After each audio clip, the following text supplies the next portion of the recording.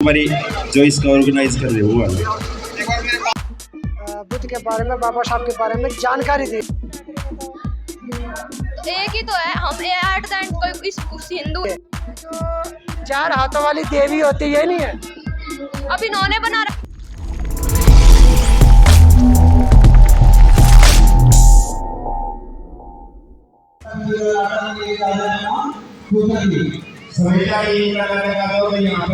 कौन सा क्लास 16? ठीक ठीक ठीक। एक बारी जो इसका ऑर्गेनाइज कर रहे हो वो वाला। नमस्कार, मैं Vijay Kumar Poonia, VKP times news से। मैं हूँ दिल्ली के अंदर और मेरे साथ एक बच्ची है और मैं उससे जानने की कोशिश करना चाहूँगा कि वो बाबा साहब के बारे में कितना जानती है, बुद्ध के बारे में कितना जानती है।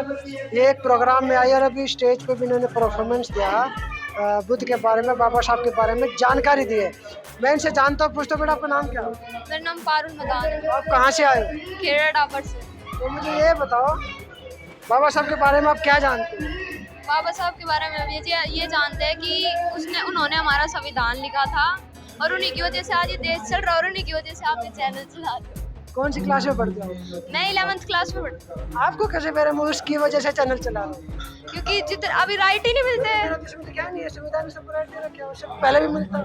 दिखाना जरूरी है, संविधान ने सबको राइट दिया और अगर संविधान नहीं होता ना तो आज कुछ नहीं होता। ना मैं यहाँ खड़ा होकर बोल। संविधान नहीं था, उससे पहले भी तो काम होते थे ना। उससे पहले काम कहाँ होते थे? हम इंसान ही नहीं थे पहले। नहीं, ब्राह्मणों के काम होते थे। मैं तो ब्राह्मण हूँ। अब ब्राह्मण हो फिर पहले आपके पास फोन था? आपने तो बोला कि संविधान की वजह से मैं माइक उठा रहा हूँ।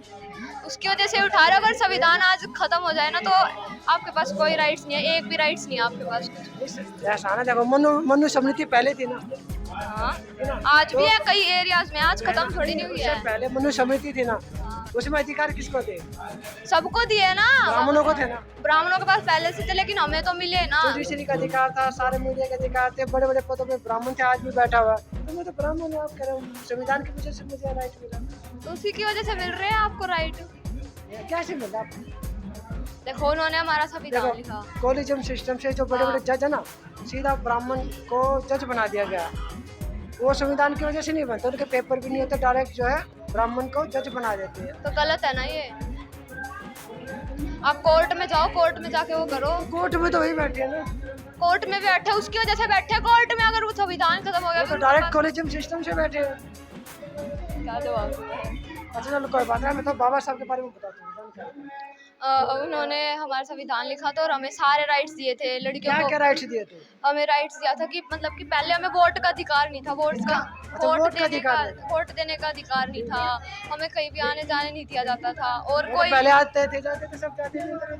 हर जगह नहीं, मतलब कि जैसे मंदिर में नहीं जान देते थे। और तो मंदिर में क्या करेंगे जाके? क्या रखा मंदिर में? तो उसी की तो लड़ाई लड़नी है। वहाँ जाके क्या करेंगे? मंदिर में क्या मिलेगा ये बताओ? मंदिर में हम अपने बुद्ध के मंदिर में जाएंगे? जाओ, वहाँ पे भी नहीं जाने देते थे पहले। कौन कहता नहीं जाने देता? बुद्ध के मंदिर में जाने देते। बुद्ध के मंदिर ऐसा नहीं था पहले। हमें होता ना, ब्राह्मणों के मंदिर से नहीं जाने देते। हाँ, और महिलाओं को भी उन्होंने बहुत सारे राइट्स दिए थे। क्या राइट्स दिए? पहले पढ़ने लिखने का अधिकार नहीं था, उन्होंने पढ़ने लिखने का अधिकार दिया था। और अब जो छोटी छोटी बच्चों की शादी करा दी जाती थी उन पे भी उन्होंने एक लॉ बनाया था, क्योंकि उस लॉ की वजह से हम मतलब कि कोई भी अगर ऐसा करता है तो उसके ऊपर मतलब कि कार्रवाई की जाएगी। मतलब जो छोटे छोटे बच्चों की शादी छोटी उम्र में कर देते हैं उन पर कार्रवाई अब हो जाएगी। हाँ, लेकिन राजस्थान में तक कई बार हो जाता है ऐसा। तो वहाँ पे लोग पढ़े लिखे नहीं है, जागरूक नहीं है ना, हमें बताना पड़ेगा। क्यों जरूरी है? पढ़ाई लिखाई से फायदा ये है कि अगर हमारे साथ कुछ गलत हो रहा है ना तो हम उसके ऊपर बोल सकते हैं कि क्यों हो रहा है, क्योंकि हमारे पास अधिकार है बोलने का। लेकिन जो बोलता है ना उसको उठा के जेल में डाल देते हैं। तो हम है ना उनके लिए, उन जैसे लोगों के लिए हम कर रहे हैं ना। अभी मैं आपसे बात करूं तो मुझे भी जेल में डाल देंगे, मुझे कौन बचाएगा? हम बचाएंगे, कोर्ट में कॉन्स्टिट्यूशन ने हमें सब कुछ दिया है, हम करेंगे, लड़ेंगे। तो ब्राह्मण बैठे हुए न्याय नहीं करते। तो ब्राह्मण कॉन्स्टिट्यूशन पढ़ के ही तो बैठे हैं, उसके बदौलत ही तो बैठे हैं। न्याय तो नहीं करते ना। तो मैं क्या जवाब दूं यार, न्याय नहीं करते। अभी देखो, परसों कर्नाटक कोर्ट में 2 जजों ने 2 फैसले दिए। एक में बोला कि मुस्लिम जो लड़कियां हैं हिजाब पहन के आ सकती है, जो पूरा ब्लैक बुर्का होता है। एक जज ने बोला कि भाई लड़कियों को सिर्फ पढ़ने का अधिकार है, बाकी कोई भी ड्रेस पहन के आए। तो दो जज अलग अलग हो गए दिमाग उनका। अब क्या करें बताओ। तो एक ही तो है, हम एट द एंड कोई हिंदू है मुस्लिम है, हम एक इंसान ही तो है एक द एंड जाके। अब इसके बीच की लड़ाई में वही गलत हुए, क्योंकि कॉन्स्टिट्यूशन ने तो सबको एक जैसा ही माना है, सबको इंसान ही माना है, उसमें कोई हिंदू नहीं है मुस्लिम नहीं है एक नहीं है सिखाई, सबको एक जैसा अधिकार मिलेगा। ये नहीं है कि अगर आप ब्राह्मण हो तो आपने अगर कुछ गलत कर दिया तो आपके साथ कुछ गलत होगा ही नहीं, आपने गलत किया है तो आपको सजा तो मिलेगी ना। कहते हैं ब्राह्मण जो है सबसे सर्वश्रेष्ठ होता है और वो न्यायप्रिय होता है, सबसे बढ़िया होता है। ब्राह्मण कोई गलत काम नहीं करता। गलत काम तो हर कोई करता है एट द एंड आके, लेकिन ये थोड़ी नहीं कि ब्राह्मण ही नहीं करता। किसने बोला है? अभी ब्राह्मण आपने जो तो बताया जज करते हैं, आप भी बोल रहे थे पहले। अभी ब्राह्मण जो है पैसा लेके विदेश में भाग जाते हैं, और हमारे SC जो किसी का कोई पैसा लेके भागता तो उसको उठा के जेल में डाल देते हैं। क्योंकि हम पढ़े लिखे नहीं, हम बोल नहीं पाते। गरीब लोग होते हैं ना, वे तब जाते हैं। संविधान के बारे में कुछ और बातें बताओ। हमारा संविधान उन्होंने मतलब कि डॉक्टर BR अम्बेडकर ने लिखा था, और इस संविधान को बनने में 2 साल 11 महीने 18 दिन लगे थे। और ये जानकारी कहाँ से मिली? मैं पढ़ता हूँ, मैंने बुक पढ़ी है। 11th में पूरी बुक हमारी कॉन्स्टिट्यूशन के ऊपर ही है। कुछ और बताओ बात। और इससे हमारी सारी गवर्नमेंट चलती है, पूरी जितनी भी है कॉन्स्टिट्यूशन के बदौलत। अगर कॉन्स्टिट्यूशन हट जाए तो फिर से वो आ जाएगा तानाशाही शासन, नहीं होता वो तानाशाही, हाँ मनुवादी शासन आ जाएगा। कॉन्स्टिट्यूशन ने एक पावर को बांट रखा है, जैसे प्राइम मिनिस्टर है, फिर प्रेसिडेंट है, फिर सारे एक एक पावर को बांट रखा। ना ही प्रेसिडेंट को ज़्यादा पावर दे रखी, ना सबको एक समान पावर दे रखी कि अगर आगे जाके कुछ होता है तो वो भी कुछ नहीं कर सकता। क्योंकि आपका मानना ये है संविधान है इसीलिए सबको समानता, हाँ, और अगर संविधान नहीं होगा तो समानता नहीं होगी, देश चल ही नहीं पाएगा, एक दिन भी नहीं चल पाएगा। बहुत से लोग तो संविधान मानते नहीं है, क्या करें? जो संविधान नहीं मानते उनका क्या करें? वो गलत है, उनकी अपनी अपनी सोच है, लेकिन संविधान नहीं मानेंगे तो आगे कैसे बढ़ेगा हमारा देश। गौतम बुद्ध के बारे में क्या जानते हैं? गौतम बुद्ध के बारे में यह जानता हूँ कि ये हमें है ना सच्चाई बताते हैं।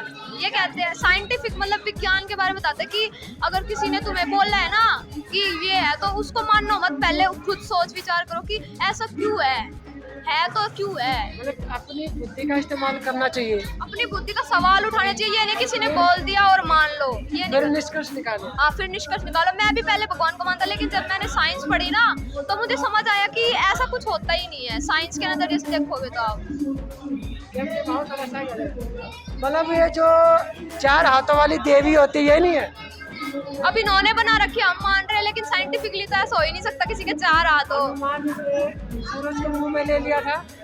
सूरज और पृथ्वी की धरती इतनी दूर है, हमें वहाँ पे पहुँचने में महीनों लग जाएंगे, और पृथ्वी के अंदर से हनुमान ने सूरज को मुंह में कैसे लिया? और वो इतना गर्म है कि उसके थोड़े से भी एटमोस्फेयर में जाके 3000 डिग्री सेल्सियस उसका टेम्परेचर होता है, तो ऐसा हो ही नहीं सकता। और इतना उनका हनुमान जी का इतना बड़ा मुंह था जितना बड़ा सूरज है। सूरज तो इतना बड़ा है, उसमें पता नहीं करोड़ों पृथ्वियाँ समा सकती है। और रामचंद्र जी ने एक तीर में इतने सारे राक्षसों को मार दिया था। वैसे मैंने महाभारत इतनी पढ़ी नहीं, और ना मुझे महाभारत कभी समझ में आई, लेकिन मुझे नहीं पता इसके बारे में। जो आप बता रहे हैं ना, जैसे वैज्ञानिक सोच रखनी चाहिए, क्या ये सच्चाई है? क्या सारी विज्ञान गणेश जी का मुंह कट गया था तो हाथी का मुंह कुछ भी बना सकते हैं, भगवान भी तो इंसान ही होंगे। राम के भी तो 2 हाथ थे, उनने क्या अलग क्या था उनमें? मुझे ये बताओ पहले। शक्तियाँ थी। मैं ये जानना चाह रहा हूँ, जो गर्दन कट गई थी, हाँ, हाथी का मुंह लगा दिया था उसपे। गर्दन कटने के बाद कोई जिंदा रह सकता है? हाथी का मुंह कैसे लगाओगे उसपे? देखो जी, ये तो चमत्कार है। तो हमारे देश किसने देखा है? किसके पास प्रूफ है? लिख दिया गया है, तो ये थोड़ी नहीं है कि तुम मानने जाओ उसको। कुछ उसके पीछे का कुछ रीजन भी तो है, लिखा है। किसने लिखा? कैसे कहानियां बनाई गई है। भगवान गलत नहीं है, लेकिन भगवान का यूज करके हम गलत काम करते हैं। कौन सी क्लास में पढ़ती है? 11th class.